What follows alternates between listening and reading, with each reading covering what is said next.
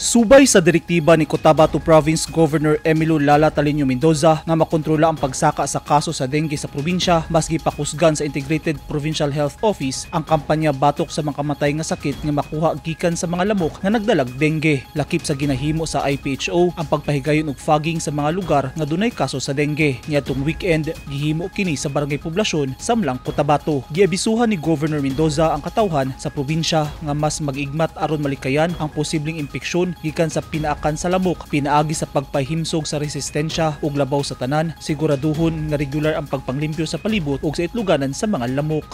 Sa Zamboanga City, miubos sa 40% ang natalang kaso sa dengue. Kinisubay sa report sa City Health Office kun CHO. Base sa gipresenta nga report sa mga local health officials, nakatala ang syudad og 142 ka mga kaso sa dengue gikan niadtong Enero 1 hangtod Pebrero 10, 2024. Mas ubos kini sa 255 ka mga kaso nga nadokumento sa milabing tuig sa susama mga petsa ug bulan. Ang Barangay Putik ang dunay pinakataas nga kaso sa dengue. Diin siyam ang na-record, gisundan sa Barangay Kalarian, Labuan, Santa Maria, Tituan ug Tumaga nga dunay tagpito ka mga admissions. Samtang ang Barangay Kinipot nakatala og highest attack rate nga 7.23% per 10,000 population. Bisan pa man nga dunay pag-ubos sa kaso sa dengue sa Zamboanga City, magpadayon ang CHO nga magmonitor ug mag-implementa og preventive measures batok dengue. Giawhag sab ang mga residente nga batasanon ang pagpanglimpyo sa mga lugar nga posibleng breeding sites sa mga lamok nga nagdalag dengue.